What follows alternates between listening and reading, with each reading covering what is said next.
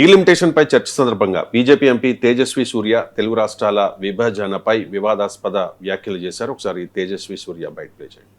If you remember the way the Congress party, the UPA, divided the two undivided Andhra Pradesh into AP and Telangana, it was done the partition of AP and Telangana was done in a worse fashion than the British did the partition of India and Pakistan.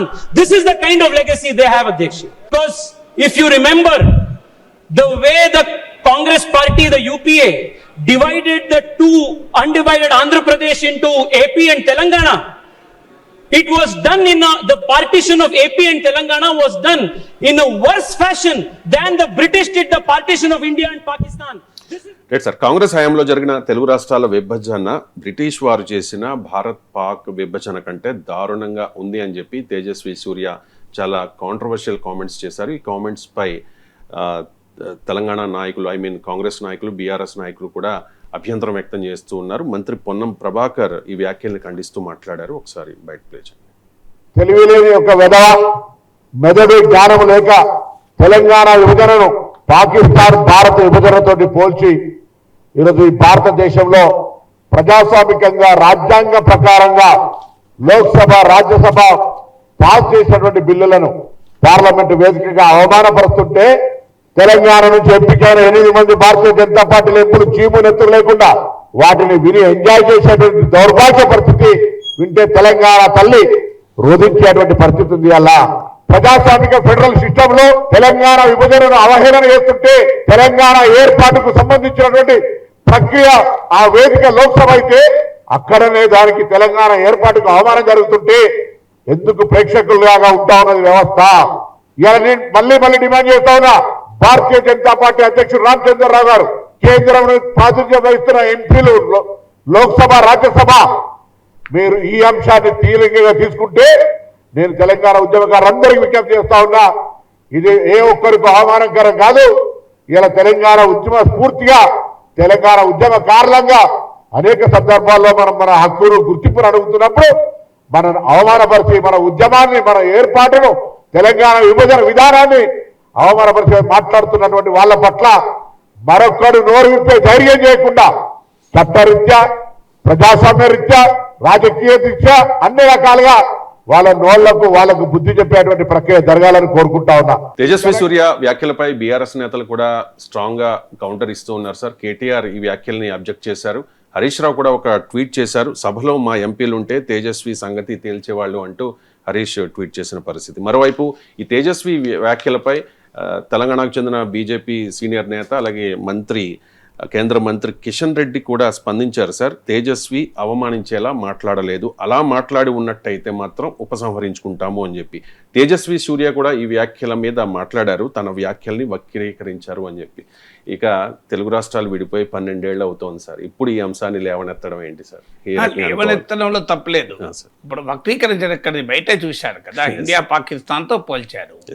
First point, రాష్ట్ర విభజన వల్ల రాజధానిని కోల్పోయిన నష్టపోయామని భావించే సీమాంధ్ర ప్రజలు, వారి ప్రజాప్రతినిధులు ఏదైనా ఆవేదన వ్యక్తం చేస్తే అర్థం చేసుకోవచ్చు. అది ఎన్నోసార్లు చెప్పారు, పార్లమెంట్లో లైట్లు బంద్ చేసి డోర్లు మూసేది. పార్లమెంట్లో ఏ బిల్లు ఆమోదించినా డోర్లు మూస్తారు, వీళ్ళ తెలియదు. నేను అసెంబ్లీలో, శాసనమండలిలో 8 సార్లు ఉన్నాను. ఒక బిల్లు ఓటింగ్కు చేపట్టే ముందు ఫస్ట్ చేసే పని అనేది డోర్లు మూస్తారు. కానీ ఇప్పటికీ రాజకీయ నాయకులు ఏం చెప్తారు, తలుపులు మూసేది ఆమోదించారు, తలుపులు మూసేయకుండా ఆమోదించారు. దేన్ని కూడా మీరు ఎనీ బిల్ ప్రాసెస్ ఏంటంటే సభలో నాన్ మెంబర్స్ ఉండకూడదని ఆదేశిస్తారు, సభలో డోర్లు మూసేస్తారు, ఎవరిని లోపలికి రానివ్వరు. That is the rule. Even నాకు గుర్తున్న వరకు అసలు ఆ స్టాఫ్ కూడా ఉండరు ఎవరు. That is the rule for voting అనే బిల్. దాన్ని తలుపులు మూసేదాన్ని తలుపులు తెరిసేమన్నా ఓటింగ్ పెట్టుకుంటారా ఎక్కడన్నా? నాకు అర్థం కాని అంశం. పోనీ అయినా కూడా సీమాంధ్ర ప్రజలకు అభ్యంతరం ఉంటే నేను అర్థం చేసుకుంటా, ఎందుకంటే ప్రాపర్ కన్సల్టేషన్ చేయాల్సిందే. కానీ ఇక్కడ ఏంటి, బీజేపీ అభ్యంతరం చెప్తోంది, ఇది కాంగ్రెస్ హయాంలో తెచ్చిన చట్టం అంటున్నాడు. తెలంగాణ బీజేపీ నాయకులు తెలంగాణ ప్రజలకు దగ్గర పోయి మేము తేలే, తెలంగాణ కాంగ్రెస్ తెచ్చిందని చెప్పుకోమనండి, అభ్యంతరం ఏం లేదు. ఇలా మీరు ఎవరినన్నా బీజేపీ నాయకులు పిలిచి మీరు తేలేదు కదా, కాంగ్రెస్ కదా తెలంగాణ ఇచ్చింది, మీకు ఏం సంబంధం తెలంగాణ, మీరు ఇవ్వలే అని బీజేపీ వాళ్ళని అడిగితే వాళ్ళు ఏమంటారు? బీజేపీ వాళ్ళు తెలంగాణ మేమే తెచ్చాం, మా మద్దతు లేకుండా తెలంగాణ వచ్చేదా అని అంటున్నారా లేదా బీజేపీ వాళ్ళు? అంటే ఒకవైపు ఏమో తెలంగాణ ప్రజల్ని మభ్యపెట్టడానికి మా ప్రయత్నం వల్లనే తెలంగాణ వచ్చింది, మేమే మద్దతు ఇవ్వకపోతే తెలంగాణ వచ్చేదా అంటారు. ఇప్పుడు తేజస్వి సూర్య మీ బీజేపీ హై ప్రొఫైల్ ఎంపీ ఏమంటున్నాడు? ఇది మాకు సంబంధం లేదు, కాంగ్రెస్ హయాంలో వచ్చింది అంటున్నాడు కదా. మరి కాంగ్రెస్ హయాంలో వచ్చిన బిల్లుకు మీరెందుకు క్రెడిట్ తెచ్చుకుంటున్నారు తెలంగాణ ఏర్పాటుకు? అంటే తెలంగాణ ఏర్పాటును బీజేపీ వ్యతిరేకిస్తోంది అని క్లియర్గా అర్థమవుతుంది కదా. ఇంత స్పష్టంగా మీ బీజేపీ హై ప్రొఫైల్ ఎంపీ అంటే దాన్ని వక్రీకరించడం ఎక్కడిది? తెలంగాణ ఎంపీలైన 8 మంది ఉన్నప్పుడు మంత్రులతో సహా లేచి నిలబడి ఇది మేము అభ్యంతరం పార్టీ బీజేపీ ఎప్పుడు ఏం చెప్తుంది? నేషన్ ఫస్ట్ పార్టీ నెక్స్ట్ అంటారు. మరి స్టేట్ ఫస్ట్ కాదా? అంటే పార్టీ ఫస్ట్ స్టేట్ నెక్స్టా? అంటే తెలంగాణకున్న 8 మంది ఎంపీలు వాళ్ళకి పార్టీ ఫస్ట్ రాష్ట్రం నెక్స్టా? క్లియర్గా నిరూపించుకున్నారు కదా, మాకు పార్టీ ముఖ్యం రాష్ట్రం ముఖ్యం కాదు, మా పదే ముఖ్యం. ఎందుకంటే పార్టీని వ్యతిరేకిస్తే ఎంపీ పోతుంది, తెలంగాణ వ్యతిరేకిస్తే ఏమవుతుంది? ప్రజలకు మళ్ళీ అప్పుడు టైంకి ఏదైనా చెప్పుకోవచ్చు. ఓపెన్ కదా. ఈ తెలంగాణ 8 మంది బీజేపీ ఎంపీలు తలవంచుకొని ఉండాల్సిన అవసరం ఏం కర్మేం పట్టింది అంటున్నా. తేజస్వి సూర్య వైఖరి మన పార్టీ వైఖరి కాదు, మన పార్టీ కూడా సహకరించింది. ఆ రోజు సుష్మా స్వరాజ్ ఇదే లోక్సభలో ప్రతిపక్ష నేతగా ఉండి మాట్లాడారు, మద్దతు ఇచ్చారా లేదా? మీరు మా పెద్దమ్మకే కాదు చిన్నమ్మకు కూడా, సోనియమ్మకే కాదు చిన్నమ్మకు కూడా మీరు థ్యాంక్స్ చెప్పాలని అన్నదా లేదా? మనం ఎందుకు థ్యాంక్స్ చెప్పాలంటే ఇలా భారత్ పాకిస్తాన్ లాగా విడగొట్టినందుకు సుష్మా స్వరాజ్ థ్యాంక్స్ చెప్పాలా? అసలు ఇంతకన్నా అన్యాయం ఏందో తెలంగాణ ప్రజలు అవమానించిన కదా ఇది.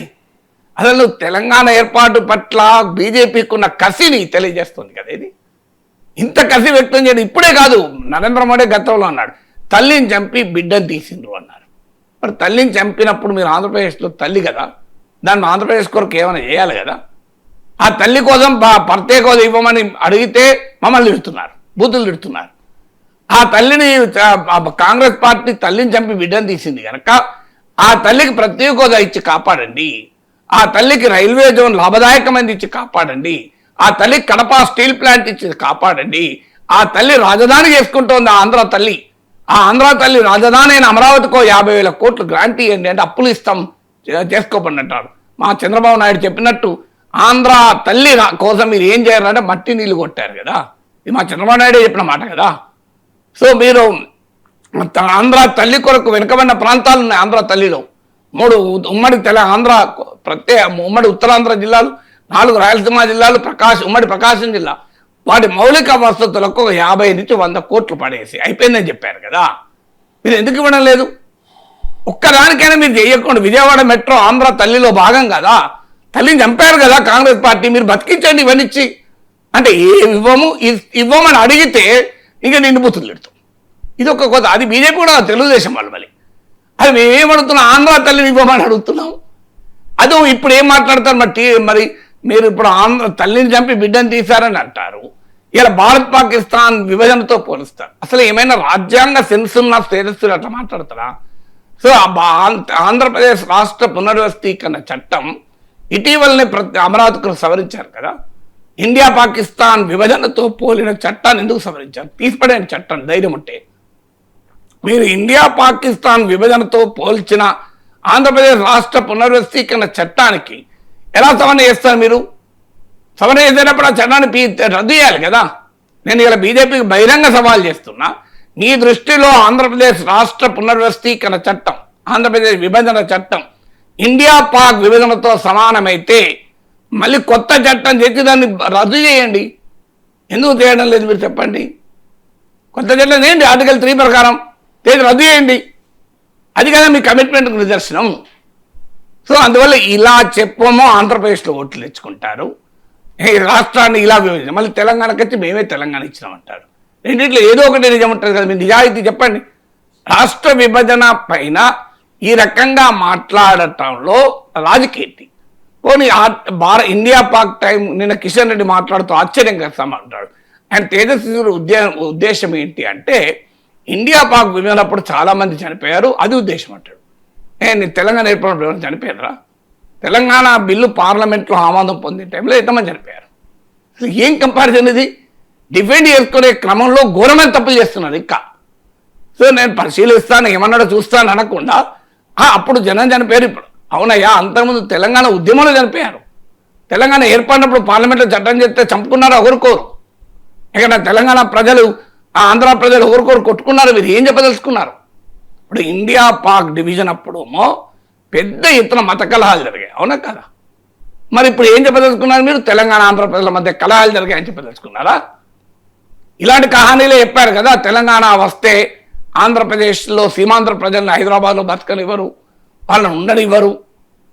అసలు తెలంగాణ వస్తే కరెంట్ ఉండదు, తెలంగాణ వస్తే నక్సలిజం పెరుగుతుంది, తెలంగాణ వస్తే మత కలహాలు పెరుగుతాయి, తెలంగాణ వస్తే అభివృద్ధి కాదు, తెలంగాణ వస్తే వీళ్ళ పాలించడం చేత కాదు.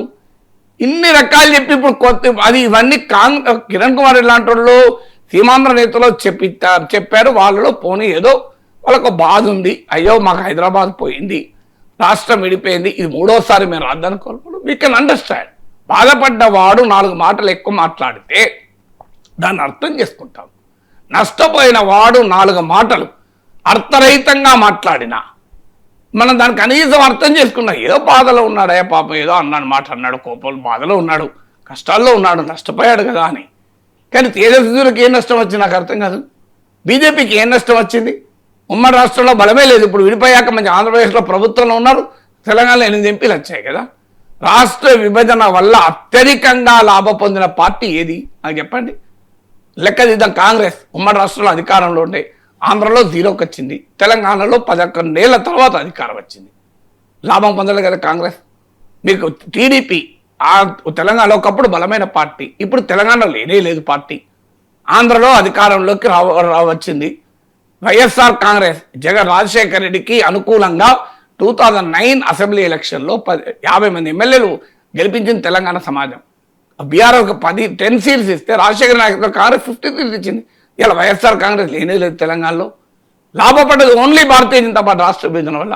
మీరు గమనించండి, మీకు ఉమ్మడి రాష్ట్రంలో కమ్యూనిస్ట్ పార్టీలో సీట్లు ఉండే, ఇప్పుడు విభజిత రాష్ట్రంలో ఆంధ్రలో 1 సీట్ లేదు కమ్యూనిస్ట్ పార్టీకి, 2 సిపిఐ-సిపిఐకు, తెలంగాణలో 1 సీట్ ఉంది. మరి లాభపడ్డది ఓన్లీ బీజేపీ కదా. ఆంధ్రలో అధికారంలో ఉన్నారు, తెలంగాణలో 8 పార్లమెంట్ సీట్లు వచ్చాయి, 8 ఎమ్మెల్యే సీట్లు వచ్చాయి. సో రాష్ట్ర విభజన వల్ల అత్యధికంగా లాభపడిన భారతీయ జనతా పార్టీ ఇలా రాష్ట్ర విభజనను అవహేళన చేస్తూ మాట్లాడితే దాన్ని తెలంగాణ భారతీయ జనతా పార్టీ నాయకుడు సమర్థిస్తే కనీసం మౌనంగానే ఉండండి అయ్యా. మీకు party first, Telangana next, fine. మరి ఎందుకంటే పార్టీ ఇచ్చింది ఎంపీ సీట్లు, ఆ ఎంపీ సీట్ల కొరకు మీరు ఏదో రాజీ పడ్డారనుకుంటాం. కానీ మీరు ఇలా సమర్థిస్తుంటే బాధేస్తుంది కదా. కనీసం తెలంగాణ బిడ్డలుగా, తెలుగు బిడ్డలుగా కామ్గా ఉండండి. పోనీ మౌనంగా ఉండండి. మౌనంగా ఉంటే మీ పేరు క్రమశిక్షణ చర్య తీసుకోరు కదా. అని మౌనంగా ఉంటే కూడా పార్టీ చర్యలు తీసుకున్న భయపడి మీరు సమర్థిస్తున్నారు తేజస్వి సూర్యను. సో ఇండియా పాకిస్తాన్ పోలిక ఏంటి? అసలు ఒక దేశ విభజన ఎవరు అంగీకరించరు, కానీ రాష్ట్ర విభజన రాజ్యాంగంలో ఉంది కదా ప్రక్రియ. కాకినాడ తీర్మానంలో 1 ఓటు 2 రాష్ట్రాలు అన్నది బీజేపీ కదా. ఈ తెలుగు నేలన కాంగ్రెస్ కూడా అనని సమయంలో ఫస్ట్ రాష్ట్ర విభజనను అధికారికంగా డిమాండ్ చేసింది బీజేపీ. ఇది హిస్టరీ కాదా? కాకినాడలో 1 ఓటు 2 రాష్ట్రాలు. సెకండ్ రాష్ట్రాన్ని విభజించమని అడిగింది సెకండ్ తెలుగుదేశం, కాంగ్రెస్ కూడా కాదు. చాలా మంది తెలియాలి ఇది.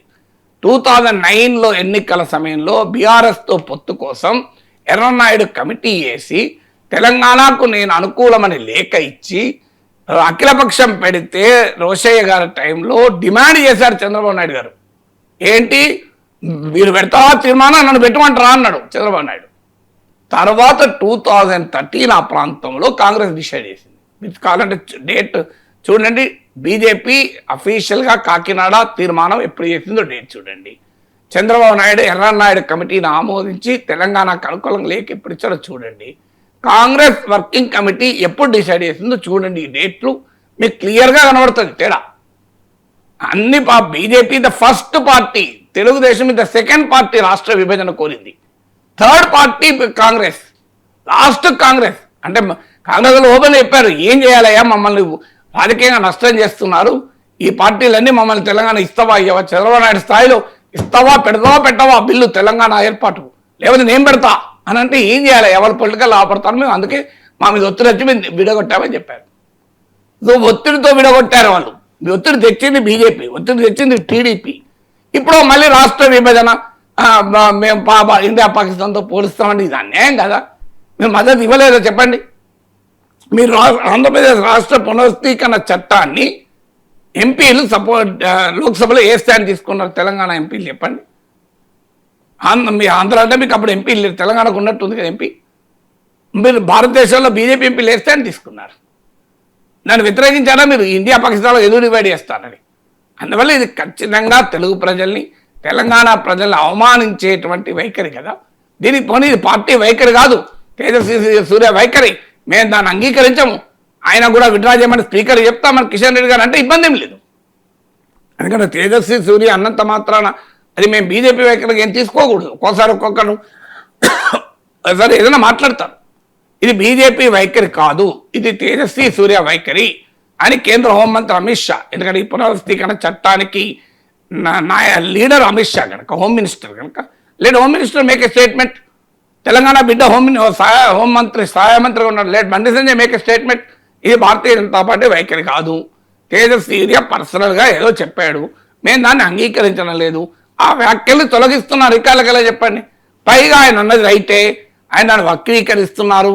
ఆయన ఉద్దేశం ఇది అని రామచంద్రరావు అంటాడు, కిషన్ రెడ్డి అంటాడు. ఆ రామచంద్రరావు అనుకున్నా, కిషన్ రెడ్డి కాదు. అన్నది ఏంటంటే అప్పుడు చనిపోయారు ఇప్పుడు చనిపోయారు కనుక అంటున్నారు అట. అరే అప్పుడు చనిపోయింది ఎప్పుడు, ఇప్పుడు చనిపోయింది ఎప్పుడు? అరే లక్షలాది మంది మారణహోమం జరిగింది, మత మారణహోమం ఆ టైంలో. ఇప్పుడు ఏం తెలంగాణ ఆంధ్రలో ఉచ్చకొత్త జరిగాయా, మారణహోమాలు జరిగాయా?